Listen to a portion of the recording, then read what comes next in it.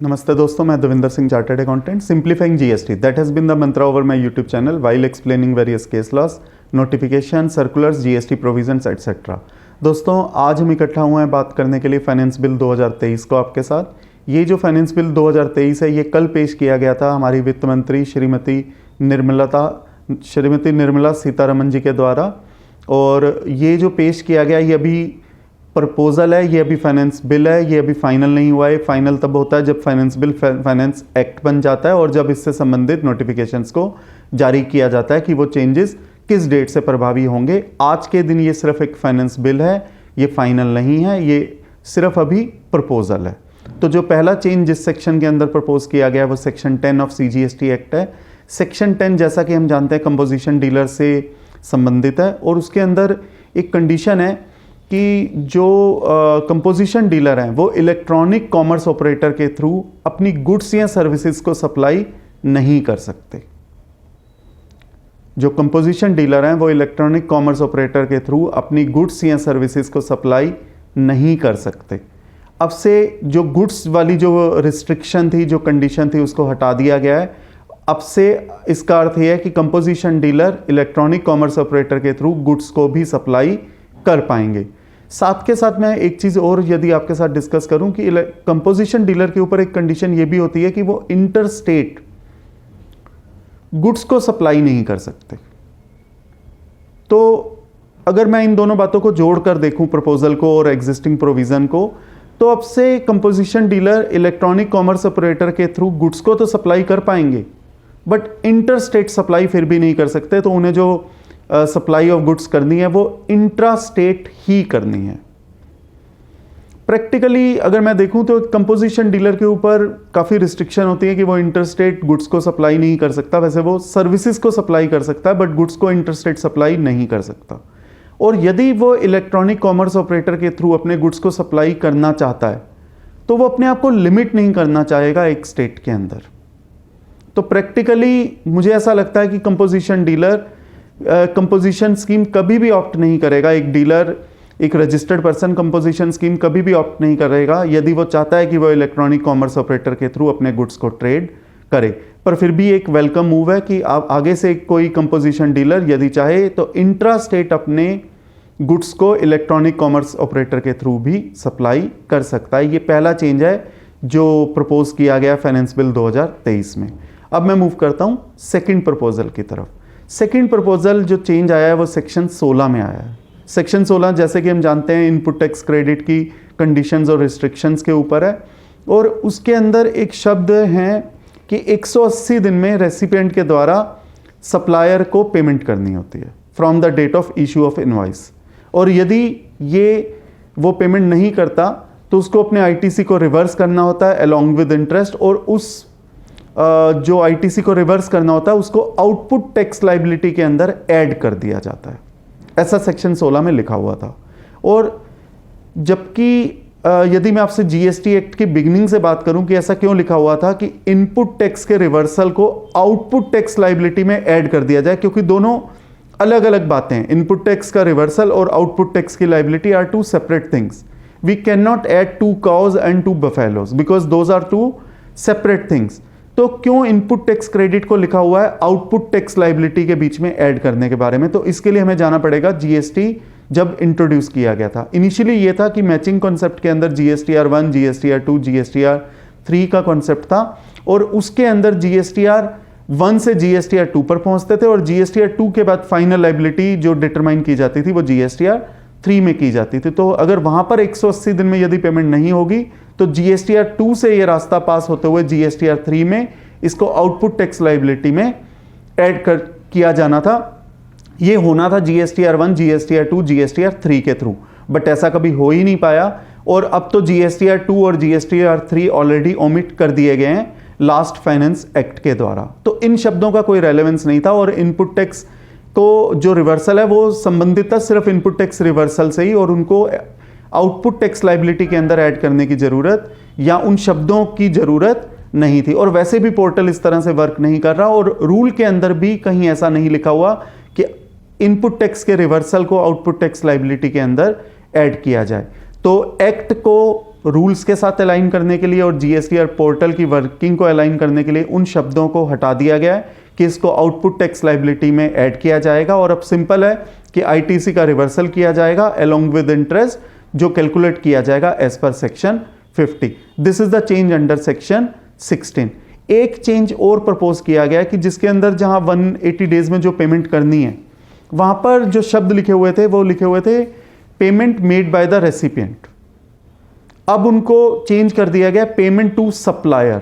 तो कहीं ना कहीं इन शब्दों से कोई बहुत ज़्यादा मेरे हिसाब से अंतर नहीं पड़ता कि जो रेसिपिएंट ने पेमेंट करनी है वो अल्टीमेटली रेसिपिएंट ने पेमेंट किसको करनी है, सप्लायर को ही करनी है यदि उससे गुड्स या सर्विसेज ली हैं। और अगर सप्लायर के कहने पर सपोज कीजिए कोई डेट असाइनमेंट एग्रीमेंट बन गया कि ए ने बी को गुड्स बेचे थे, बट ए ने बी को कह दिया कि मेरे बिहाफ पर आप मुझे पेमेंट मत कीजिए, मेरे बिहाफ पर आप सी को पेमेंट कर दीजिए। तो यदि बी के द्वारा सी को पेमेंट की जाती है तो it is deemed as if जो पेमेंट जो है वो बी ने सी को नहीं की है, वो बी ने ए को ही की है। एक कंडीशन में अगर या एक सिचुएशन को और आपके साथ डिस्कस करूं कि एज्यूम कीजिए ए ने बी को गुड्स या सर्विसेज सप्लाई करे, बी रेसिपिएंट है और बी ने ए को पेमेंट करनी है। यहां पर एज्यूम करते हैं कि ए की लायबिलिटी क्रिस्टलाइज हो गई है और जो जीएसटी डिपार्टमेंट है वो रिकवरी करना चाहता है और वो ए से यदि सपोज कीजिए उनकी रिकवरी पूरी नहीं हो पा रही तो वो गार्निशी नोटिस बी को भी दे सकते हैं कि, और बी को कह सकते हैं कि आप ए को पेमेंट मत कीजिएगा, उनकी जो पेमेंट करनी है वो आप हमें कीजिएगा। ऐसा सेक्शन 79 में लिखा हुआ है। जीएसटी डिपार्टमेंट के पास ये पावर है रिकवरी करने के लिए सेक्शन 79 के अंदर।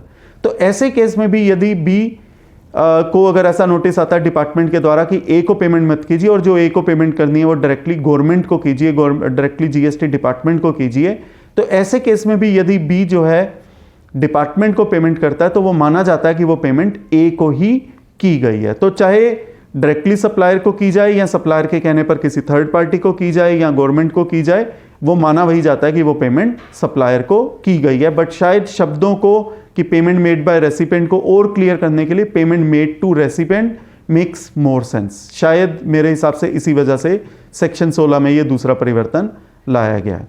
इसके बाद जो तीसरा चेंज लाया गया वो लाया गया सेक्शन 17 के अंदर। जो प्रपोजल है, जो तीसरा चेंज जो प्रपोज किया गया वो सेक्शन 17 में किया गया। सेक्शन 17 सबसेक्शन 3 वो में समझाता है कि यदि कोई व्यक्ति टैक्सेबल सप्लाईज भी कर रहा है और एग्जेम्प्ट सप्लाईज भी कर रहा है और उसका कुछ कॉमन क्रेडिट है, उसका कुछ कॉमन क्रेडिट भी है, तो उसका उतना ही क्रेडिट अलाउ किया जाएगा जितना परटेन करता होगा, जितना परसेंट परटेन करता होगा, जितना प्रोपोर्शनेटली परटेन करता होगा टैक्सेबल सप्लाईज से।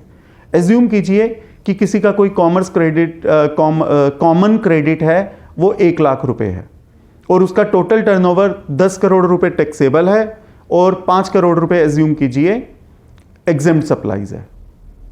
जो टैक्सेबल सप्लाईज का टर्नओवर है वो 10 करोड़ है और जो एग्जेम्प्ट सप्लाईज है वो 5 CR है। तो 10/15 जो टैक्सेबल प्रोपोर्शन है उतना ही कॉमन क्रेडिट मल्टीप्लाइड बाय 10/15 उतना अलाउ किया जाएगा और 5/15 को डिसअलाउ कर दिया जाएगा, उतना रिवर्स करना पड़ेगा। तो यहां पर हमें एक बात समझ में आती है कि यदि एग्जेम्प्ट सप्लाईज का प्रोपोर्शन ज़्यादा होता है तो जो क्रेडिट जो डिसअलाउ होगा वो ज़्यादा होगा और यदि एग्जेम्प्ट सप्लाई का प्रोपोर्शन कम है तो जो डिसअलाउ होगा वो कम होगा। एग्जेम्प्ट सप्लाई की डेफिनेशन के अंदर पहले एक चीज़ को ऐड किया गया था शेड्यूल 3 का कि सेल ऑफ जो बिल्डिंग है या सेल ऑफ लैंड है उसको एग्जेम्प्ट सप्लाई माना जाएगा, जो शेड्यूल 3 में लिखा हुआ है। और यदि मैं शेड्यूल 3 पर मूव कर जाऊं तो शेड्यूल 3 में एक बात है, जिन ट्रांजैक्शन को सप्लाई ऑफ गुड्स या सप्लाई ऑफ सर्विसेज माना ही नहीं गया, मतलब वो सप्लाईज ही नहीं है, जिसके अंदर ये ऑलरेडी कवर था sale of land including sale of building जो बनी हुई है। तो इसको ऑलरेडी एग्जेम्प्ट सप्लाई माना गया था डीमिंग फिक्शन के द्वारा। अब इसी एग्जेम्प्ट सप्लाई में एक पॉइंट को और ऐड कर दिया गया शेड्यूल 3 की, वो ये है कि यदि किसी ने गुड्स को बाहर से मंगवाया और वो बॉन्डेड वेयर हाउस में पड़े हैं और वो होम कंजम्पशन करवाने से पहले ही यदि इन गुड्स को या सर्विसेज को किसी थर्ड पार्टी को सप्लाई कर देता है तो इसको एग्जेम्प्ट सप्लाई की डेफिनेशन में मान लिया जाएगा for the purpose of reversal, जो रिवर्सल किया जाता है सेक्शन 17 सबसेक्शन 3 के अंदर। तो अब एग्जेम्प्ट सप्लाई की जो इंक्लूजन है, वो इंक्लूजन में एक जो आइटम है उसका और इजाफा हो गया, एक आइटम और बढ़ गई है, तो इस प्रोपोर्शन से जो आईटीसी रिवर्सल होगा कॉमन क्रेडिट का वो बढ़ जाएगा. So this is a negative from the point of view of trade, which is proposal which has been proposed in this finance bill.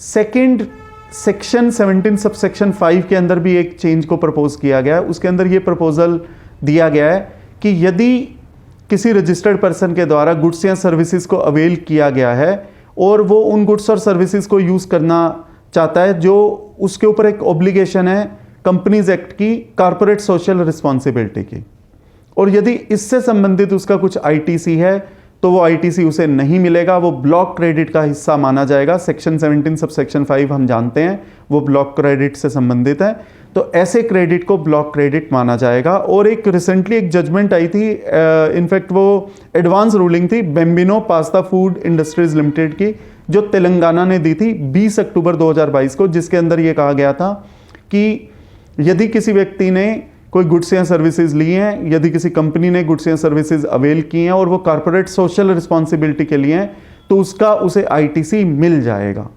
तो कहीं ना कहीं उस एडवांस रूलिंग को भी एक तरीके से ओवर रूल कर दिया गया. यदि ये प्रपोजल एक्सेप्ट हो जाता है तो आगे से इसको ब्लॉक क्रेडिट मान लिया जाएगा, तो ऐसी एडवांस रूलिंग का भी कोई महत्व नहीं रहेगा. पर मैं इस बात को ऐसे भी समझता हूँ कि जो समय बीत चुका है उसके लिए ये आईटीसी अवेलेबल रहेगा यदि कॉर्पोरेट सोशल रिस्पॉन्सिबिलिटी के लिए किसी ने खर्च किया. बट फ्यूचर में जब ये चेंज एक्सेप्ट हो जाएगा, जब फाइनेंस बिल फाइनेंस एक्ट बन जाएगा और इससे संबंधित नोटिफिकेशन जारी कर दी जाएगी, तो फ्यूचर में शायद ऐसा किए गए खर्चे को जो कि कॉर्पोरेट सोशल रिस्पॉन्सिबिलिटी से संबंधित है, ऐसे आईटीसी को अलाउ नहीं किया जाएगा और ये ब्लॉक क्रेडिट का हिस्सा बन जाएगा. इसके बाद जो अगला चेंज जो प्रपोज किया गया है वो सेक्शन 23 के अंदर किया गया है. सेक्शन 23 और सेक्शन 24, इन दोनों में गैप था. सेक्शन 23 कहता था आपको रजिस्ट्रेशन लेने की जरूरत नहीं है यदि आप टैक्सेबल सप्लाईज नहीं कर रहे हैं, और सेक्शन 24 में कहा गया था कि आपको कंपलसरी रजिस्ट्रेशन लेना है. अगर आपका टर्नओवर चाहे 1 रुपये भी ना हो, बट तब भी आपको टर्नओवर लेना है, आपको रजिस्ट्रेशन लेना है अगर आप उस जो कंडीशंस दी गई हैं सेक्शन 24 में किसी भी कंडीशन के ऊपर फॉलो अपॉन करते हैं. अब सेक्शन 23 को ओवरराइडिंग इफेक्ट दिया गया सेक्शन 22 और सेक्शन 24 के ऊपर कि अगर आप एग्जेम्प्ट सप्लाईज में ही डील करते हैं, सिर्फ एग्जेम्प्टेड गुड्स या सर्विसेज हैं और टैक्सेबल सप्लाई ऑफ गुड्स और सर्विसेज नहीं है, तो चाहे आप सेक्शन 22 की कंडीशन को फुलफिल कर रहे हो, आपका टर्नओवर 20 लाख या 40 लाख से ज़्यादा हो, या सेक्शन 24 में आपको कंपलसरी रजिस्ट्रेशन लेने की भी रिक्वायरमेंट हो, आपको रजिस्ट्रेशन लेने की रिक्वायरमेंट नहीं है. सेक्शन 23 को ओवरराइडिंग इफेक्ट दिया गया सेक्शन 22 और 24 के ऊपर. तो अगर यदि कोई व्यक्ति सिर्फ एग्जेम्प्टेड गुड्स या सर्विसेज में डील कर रहा है तो उसको अब से रजिस्ट्रेशन लेने की ज़रूरत नहीं है, चाहे उसको रजिस्ट्रेशन लेने की रिक्वायरमेंट सेक्शन 24 के अंदर हो, तब भी उसको रजिस्ट्रेशन लेने की ज़रूरत नहीं है. तो ये भी एक वेलकम चेंज है ट्रेड के लिए. इसके बाद जो अगला जो चेंज प्रपोज किया गया है वो सेक्शन 37 के अंदर किया गया है. यहाँ पर मैं 4 सेक्शंस को एक साथ लेकर चलूंगा. सेक्शन 37 जो कि GSTR 1 से संबंधित है, सेक्शन 39 जो कि GSTR 3B से संबंधित है, सेक्शन 44 जो कि एनुअल रिटर्न से संबंधित है, और सेक्शन 52 जो कि संबंधित है जो TCS में जिनको रिटर्न भरनी होती है, TCS से संबंधित है सेक्शन 52. पहले अगर किसी व्यक्ति ने 2017-18 की GSTR 1, GSTR 3B annual return या TCS वाली रिटर्न यदि नहीं भरी हुई है तो वो कभी भी रिटर्न भर सकता था, उसके ऊपर कोई टाइम लिमिट नहीं थी, इनफिनिट पीरियड तक ये अलाउड था कि आप जब तक मर्जी अपनी रिटर्न भर सकते हैं. तो जिससे आज भी कई लोग अपनी GSTR 1 या GSTR 3B भर रहे थे या एनुअल रिटर्न भर रहे थे 2017-18 की, या TCS वाले रिटर्न भी एक को भरते चले जा रहे थे क्योंकि कोई टाइम लिमिट नहीं थी. अब से इस प्रपोजल के थ्रू, इस फाइनेंस बिल के थ्रू ये प्रपोज किया गया है कि अगर ड्यू डेट ऑफ रिटर्न से 3 साल बीत चुके हैं तो आप 3 साल से पीछे की जाकर GSTR 1, 3B एनुअल रिटर्न या TCS की रिटर्न फाइल नहीं कर सकते हैं. साथ के साथ ये भी कहा गया है कि यदि गवर्नमेंट चाहे तो वो GST काउंसिल की रिकमेंडेशन पर ये नोटिफाई कर सकती है कि किनको अलाउ कर दिया जाएगा कि वो अपनी रिटर्न तब भी भर सकते हैं. ऐसा मुझे जहाँ तक लगता है कि सपोज कीजिए किसी व्यक्ति का नंबर कैंसिल हो चुका है और वो अपील में चला गया या हाई कोर्ट में चला गया और जिसका नंबर चालू होने में 3 साल से ज़्यादा का समय बीत चुका है, और जब तक उसका नंबर कैंसिल रहता है तब तक तो वो अपनी रिटर्न भर ही नहीं सकता। तो एज्यूम करते हैं कि उसका जो नंबर चालू हुआ, जो नंबर स्टार्ट हुआ, जो रजिस्ट्रेशन दोबारा से एक्टिवेट हुआ, वो 3 साल के बाद हुआ। तो मेरे हिसाब से शायद ऐसे व्यक्ति को भी कवर किया जाएगा ऐसी कंडीशन के अंदर कि वो अपनी रिटर्न भर सके। ऐसी उम्मीद है कि ऐसी कंडीशन, ऐसी रिस्ट्रिक्शन या ऐसी नोटिफिकेशन इस प्रकार से आएगी कि उसके ऊपर ये 3 साल वाला जो कंडीशन है वो अप्लाई ना रहे। और हो सकता है कि और कौन कौन सी कंडीशन है उसके लिए हमें वेट करनी पड़ेगी कि सेंट्रल गवर्नमेंट की नोटिफिकेशन में कैसी कंडीशन या रिस्ट्रिक्शन लेकर आती है। ये बात की मैंने जो 3 साल की कंडीशन की, सेक्शन 37 की GSTR 1, section 39 GSTR 3B, section 44 annual return और सेक्शन 52 जो कि TCS से संबंधित रिटर्नों के बारे में बात करता है। इसके बाद जो अगला चेंज प्रपोज किया गया वो मैं थोड़ा सा बात करना चाहूँगा आपसे सेक्शन 44 की।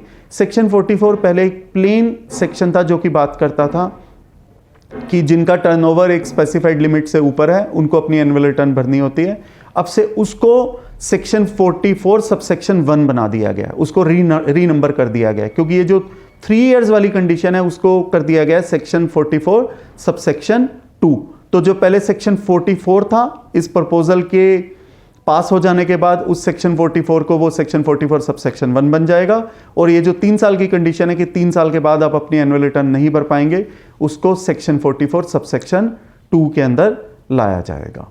इसके बाद जो अगला चेंज प्रपोज किया गया वो प्रपोज किया गया सेक्शन 54 के अंदर। सेक्शन 54 संबंधित है रिफंड से, और उसके अंदर 54 सबसेक्शन 6 के अंदर जहाँ पर ये बात की गई है कि जो एक्सपोर्टर हैं वो प्रोविजनली अपना रिफंड भी ले सकते हैं 90% तक, जो कि यदि अब प्रॉपर ऑफिसर चाहे वो उनको रिफंड दे सकता है। और उसके अंदर कुछ शब्द लिखे हुए थे, excluding the amount of ITC provisionally accepted. अब से इन शब्दों को हटा दिया गया है, एक्सक्लूडिंग ITC प्रोविजनली एक्सेप्टेड। ये प्रोविजनली एक्सेप्टेड ITC, ये जो शब्द आए ये सेक्शन 41 से आए थे। ओरिजिनली जो सेक्शन 41 था वो ये कहता था कि आप ITC को प्रोविजनली क्लेम कर सकते हैं जब तक कि आपका फाइनली मैचिंग ना हो जाए। और फाइनली मैचिंग कैसे होती थी? GSTR 1, GSTR 2 और GSTR 3 के थ्रू। अब क्योंकि GSTR 2 और GSTR 3 ही नहीं है, और जो GSTR 3B में वो क्रेडिट ले रहा है उसको ओरिजिनली माना जाता था कि वो उसने प्रोविजनली क्रेडिट को अवेल किया है सेल्फ असेसमेंट बेसिस पर। बट अब क्योंकि GSTR 2 या GSTR 3 है ही नहीं, तो और GSTR 3B में जो वो क्रेडिट ले रहा है अब वो प्रोविजनली नहीं है, वो सिंपली फाइनल क्रेडिट है on the basis of self assessment. तो प्रोविजनली ITC को क्लेम करना एज पर सेक्शन 41, जब उन शब्दों का ही कोई रोल नहीं रहा तो सेक्शन 54 से भी उन शब्दों को हटा दिया गया है। इसके बाद जो अगला चेंज जो प्रपोज किया गया वो प्रपोज किया गया सेक्शन 56 के अंदर। उसके अंदर ये लिखा था कि एप्लीकेशन के 60 दिन के बाद आपका जो इंटरेस्ट है वो स्टार्ट हो जाएगा जब तक, और वो उस पीरियड तक के लिए दिया जाएगा जब तक कि रिफंड को आपके अकाउंट के अंदर क्रेडिट नहीं कर दिया जाता। अब इन शब्दों के साथ साथ ये भी कर दिया गया है कि इस इंटरेस्ट को कैसे कैलकुलेट किया जाएगा, उसके लिए रूल्स को प्रेस्क्राइब किया जाएगा और कंडीशंस और रिस्ट्रिक्शंस को भी मेंशन किया जाएगा। तो हम देखेंगे कि क्या नोटिफिकेशन आती है, क्या रूल्स वगैरह फ्यूचर में प्रेस्क्राइब किए जाते हैं कि जो इंटरेस्ट है यदि 60 दिनों तक रिफंड नहीं दिया जाता तो इंटरेस्ट को किस तरह से कैलकुलेट किया जाएगा, किस पीरियड के लिए कैलकुलेट किया जाएगा, क्या कंडीशन है, क्या रिस्ट्रिक्शन है, वो सब डिपेंड करेगा जब फ्यूचर में इससे संबंधित रूल्स को प्रेस्क्राइब किया जाएगा। सेक्शन 56 के बाद जो अगला जो चेंज जो प्रपोज किया गया वो सेक्शन 122 के अंदर किया गया। 122 के अंदर एक सबसेक्शन को इंट्रोड्यूस किया जाने का प्रपोजल है जिसके अंदर इलेक्ट्रॉनिक कॉमर्स ऑपरेटर के ऊपर ये कंडीशन लगाई गई है कि वही इंश्योर करेंगे कि जो कंपोजिट डीलर है वो एक स्टेट से बाहर तो नहीं अपने गुड्स को बेच रहा। तो जो कंडीशन है, जो सारा जो ध्यान रखने के ऊपर जो ऑब्लिगेशन है वो इलेक्ट्रॉनिक कॉमर्स ऑपरेटर के ऊपर डाल दी गई है, और यदि वो ऐसा नहीं करता तो उसको ऑफेंस माना जाएगा और उसके ऊपर पेनल्टी भी लगाई जाएगी। ऐसा सेक्शन 122 में एक न्यू सबसेक्शन को इंसर्ट करके ऐसा प्रपोजल है। और इसके बीच में ये भी लिखा हुआ है कि जो मिनिमम पेनल्टी है वो 10,000 रुपये रहेगी या टैक्स अमाउंट जो इवेडेड है। यहाँ पर मैं एक एग्जाम्पल के साथ आपको डिस्कस करके इस चेंज को, इस प्रपोजल को और एक्सप्लेन करना चाहूँगा। यदि सपोज कीजिए किसी कंपोजिट डीलर ने ऐसा टर्नओवर किया 20 लाख रुपए का, और एज्यूम करते हैं कि जो कंपोजिट डीलर है उसके ऊपर जो जीएसटी रेट है वो 1% है, तो जो टैक्स लाइबिलिटी बनती है वो 20,000 रुपीज़ बनती है। तो जो पेनल्टी रहेगी इलेक्ट्रॉनिक कॉमर्स ऑपरेटर के ऊपर वायलेशन के लिए वो रहनी है मिनिमम 10,000 या tax amount whichever is higher. तो अगर मैं 20 लैक्स का 1% देखूं तो वो लगभग बनकर आता है 20,000 रुपये। लगभग क्या, वो इनफैक्ट डेफिनेटली 20,000 रुपये बनता है। तो अगर मैं सोचूं तो ये बनेगा 10,000 और 20,000 विच एवर इज हायर।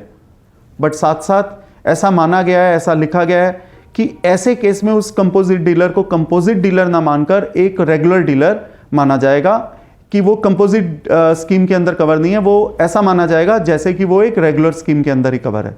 तो एज्यूम कीजिए कि कोई कंपोजिट डीलर ने इसी केस में सपोज करो अपने 20 लाख के गुड्स या सर्विसेज सप्लाई की और वो जो जीएसटी रेट है उनके ऊपर एज्यूम करते हैं वो 12% है। तो जो रेट अप्लाई किया जाएगा वो कंपोजिट डीलर का 1% नहीं अप्लाई किया जाएगा, वो जो रेट अप्लाई किया जाएगा वो उसको रेगुलर डीलर मानते हुए वो 12% अप्लाई किया जाएगा। तो अगर 20 लाख के ऊपर मैं 12% अप्लाई करूं तो टैक्स का अमाउंट बनता है 2,40,000 रुपये। अब अगर मैं दो फिगर्स को कंपेयर करूं 10,000 और 2,40,000 विच एवर इज हायर, तो जो पेनल्टी का अमाउंट रहेगा वो 2,40,000 रुपये रहेगा, 20,000 रुपये नहीं रहेगा। कंपोजिट डीलर को डीम किया जाएगा जैसे कि वो एक रेगुलर रजिस्टर्ड पर्सन है, वो कंपोजिशन स्कीम में नहीं है, वो रेगुलर स्कीम के अंदर ही फॉलो अपॉन करता है। इसके बाद जो अगला चेंज प्रपोज किया गया है वो सेक्शन 132 के अंदर किया गया है।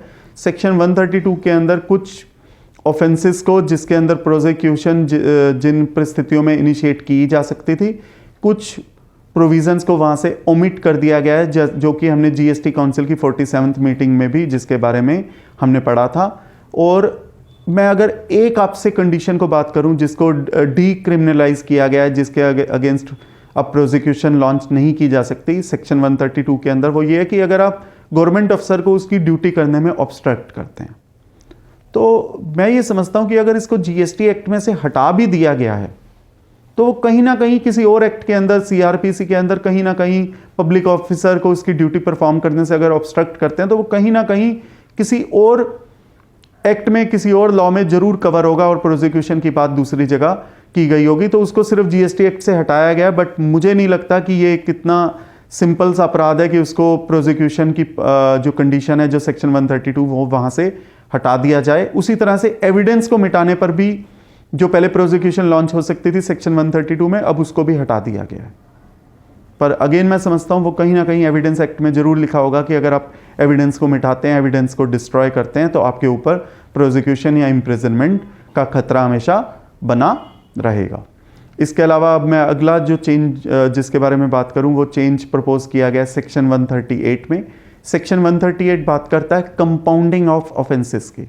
कंपाउंडिंग ऑफ ऑफेंसेस के ऊपर बात करने से पहले कंपाउंडिंग का अर्थ समझ लेते हैं कि जहां पर कंप्रोमाइज हो सकता हो, कि मान लीजिए कोई केस जो प्रोसिक्यूशन के अंदर जिसमें लॉन्च किया जा सकता है सेक्शन 132 में, बट उसको कंप्रोमाइज कर दिया जाए कि अगर आप उन कंडीशंस को मीट करते हैं तो आपके साथ चलो कंप्रोमाइज कर लेते हैं, आपके ऊपर आप इतना टैक्स वगैरह जमा कराओ, इतना जो आपका बनता है वो जमा कराओ और आपके ऊपर प्रोसिक्यूशन लॉन्च नहीं करेंगे। अब क्योंकि 132 में से कुछ प्रोविजंस को हटा दिया गया, जैसा कि मैंने अभी डिस्कस किया कि ऑब्स्ट्रक्टिंग द ऑफिसर या एविडेंसेस को डिस्ट्रॉय करना, तो जो प्रोविजंस को हटाया गया है उन्हीं प्रोविजंस का सेक्शन 138 में मेंशन था, उनको भी यहाँ से रिमूव कर दिया गया है। साथ के साथ एक और चीज़ थी कि जहाँ पर without actual supply of goods और सर्विसेज में इनवॉइस इशू हुआ है या वाइसा वर्सा, वैसे केस में भी कंपाउंडिंग पॉसिबल थी। मीन्स जो प्रोसिक्यूशन लॉन्च हो सकती थी सेक्शन 132 के अंदर, कमिश्नर के पास पावर थी कि वो कंपाउंड कर सके, वो कंप्रोमाइज कर सके और वो टैक्स वगैरह ले ले और प्रोसिक्यूशन को छोड़ सके।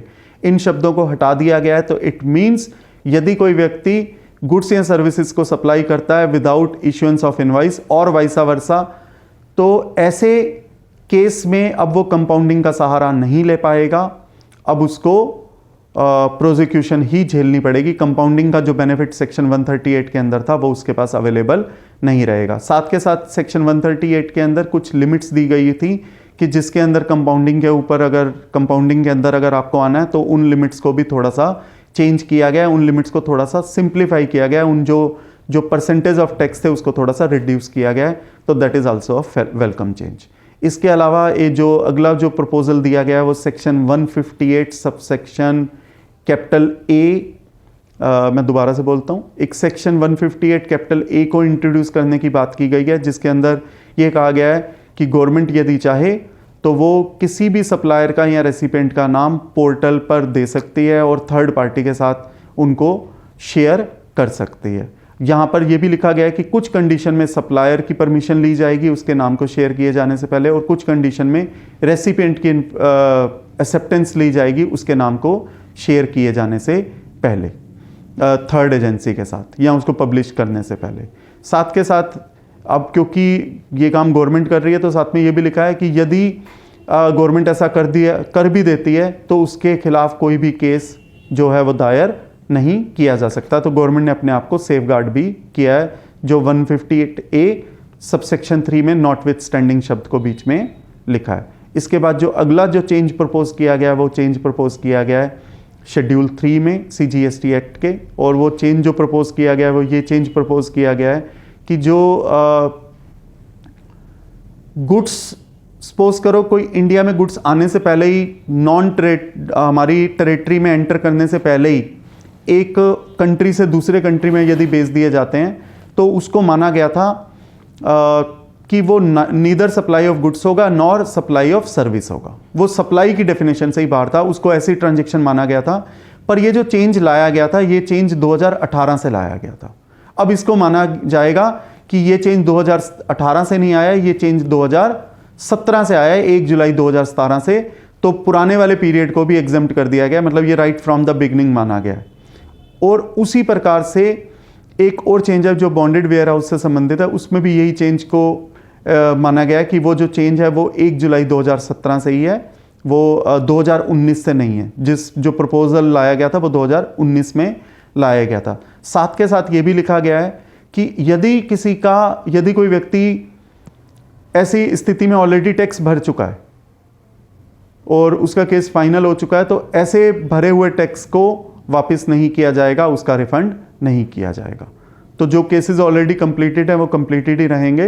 तो चाहे सरकार के पास टैक्स को कलेक्ट करने की पावर नहीं थी उन ट्रांजैक्शन पर जो कि नीदर सप्लाई ऑफ गुड्स थे नॉर सप्लाई ऑफ सर्विस थे, यदि किसी ने टैक्स भर भी दिया है तो ऐसे टैक्स को वापस रिफंड नहीं किया जाएगा।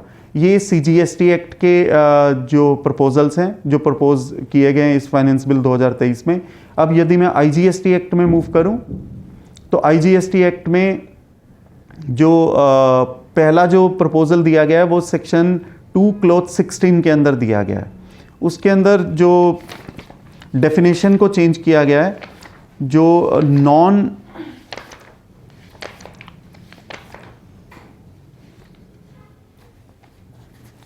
सेक्शन 2 क्लॉज 16 में जो डेफिनेशन है नॉन टैक्सेबल ऑनलाइन रेसिपेंट की, वो पहले एक बड़ी डेफिनेशन हुआ करती थी जिसमें गवर्नमेंट अथॉरिटी वगैरह काफ़ी कुछ लिखा हुआ था। अब उस डेफिनेशन को काफ़ी सिंप्लीफाई कर दिया गया है कि एक नॉन टैक्सेबल ऑनलाइन रेसिपेंट वो होगा जो कि एक अनरजिस्टर्ड पर्सन है, ताकि उसके ऊपर रिवर्स चार्ज में GST जो जमा करने की जो कंडीशन थी वो ना आए और फॉरवर्ड चार्ज में ही जो OIDAR सर्विसेज प्रोवाइड कर रहे हैं वही उसके ऊपर GST जमा करवाएं। और साथ साथ अनरजिस्टर्ड पर्सन के साथ साथ ये भी लिखा है कि जिन्होंने रजिस्ट्रेशन लिया हुआ है सेक्शन 24 सबसेक्शन 6 के कारण, जिन्हें TDS काटने की वजह से कंपलसरी रजिस्ट्रेशन लेना पड़ा है, उसको भी 2 क्लॉज 16 के अंदर उनको भी अनरजिस्टर्ड पर्सन ही माना जाएगा for the purpose of section 2 clause 16। इसके साथ साथ जो अगला चेंज प्रपोज किया गया है वो प्रपोज किया गया है सेक्शन 2 सबसेक्शन 17 के अंदर, सेक्शन 2 क्लॉज 17 के अंदर, और उसके अंदर जो शब्द लिखे गए हैं essentially automated and involving minimal human intervention. जो OIDR सर्विसेज होती हैं वो हम जानते हैं कि जिसके बीच में ह्यूमन इंटरवेंशन कम से कम होती है उसको OIDAR सर्विसेज माना जाता है, online information data retrieval services माना जाता है। अब से इन शब्दों को हटा दिया गया है तो इट मीन्स OIDAR सर्विसेज के स्कोप को वाइडन कर दिया गया है, क्योंकि कंडीशन हट गई है तो स्कोप जो है वो वाइडन हो गया है OIDAR के अंदर। ये सेक्शन 2 क्लॉज 17 के अंदर जो प्रपोजल दिया गया है। और लास्ट चेंज जो प्रपोज किया गया है वो प्रपोज किया गया है सेक्शन 12 ऑफ IGST एक्ट के अंदर। और वो प्रपोजल जो दिया गया है कि सेक्शन 12 सबसेक्शन 8 का जो एक प्रोवाइजो था कि यदि सप्लायर और रेसिपिएंट दोनों इंडिया में हैं और जो गुड्स की जो ट्रांसपोर्टेशन है वो इंडिया से बाहर जा रही है, तो प्लेस ऑफ सप्लाई को वहां माना जाएगा जहां पर गुड्स को डिलीवर किया गया है, मींस आउटसाइड इंडिया। तो अब इस प्रोवाइजो को हटा दिया गया है, तो अब सिंपल वे में ही प्लेस ऑफ सप्लाई को डिटरमाइन किया जाएगा कि अगर रेसिपिएंट रजिस्टर्ड है तो प्लेस ऑफ सप्लाई वही मानी जाएगी जहां पर वो रजिस्टर्ड है, और अगर वो रजिस्टर्ड नहीं है तो वो माना जाएगा जो एड्रेस अवेलेबल है सप्लायर के पास, और अगर एड्रेस भी अवेलेबल नहीं है तो सप्लायर के एड्रेस को ही प्लेस ऑफ सप्लाई मान लिया जाएगा। दोस्तों, मैंने आपके साथ ये बजट में जो प्रपोजल्स हैं, जो प्रपोज किए गए हैं, जो चेंजेस को प्रपोज किया गया है, वो सारे आपके साथ डिस्कस कर लिए हैं। अगेन मैं ये कहना चाहूँगा, ये अभी सिर्फ प्रपोजल्स हैं, ये अभी फाइनल नहीं है। ये फाइनेंस बिल अभी फाइनेंस एक्ट बनेगा और उसके बाद जब नोटिफिकेशन जारी होंगे उसके बाद से ही ये प्रभाव में आएंगे। तो ये अभी सिर्फ आप कह सकते हैं कि ये अभी सिर्फ चेंजेस को हम थियोरेटिकली डिस्कस कर रहे हैं, आज के दिन ये प्रैक्टिकली एप्लीकेबल नहीं है। मैं उम्मीद करता हूँ ये वीडियो आपके लिए, आपके बिजनेस एंडेवर्स के लिए, आपके प्रोफेशनल एंडेवर्स के लिए काफ़ी यूजफुल साबित होगा। धन्यवाद।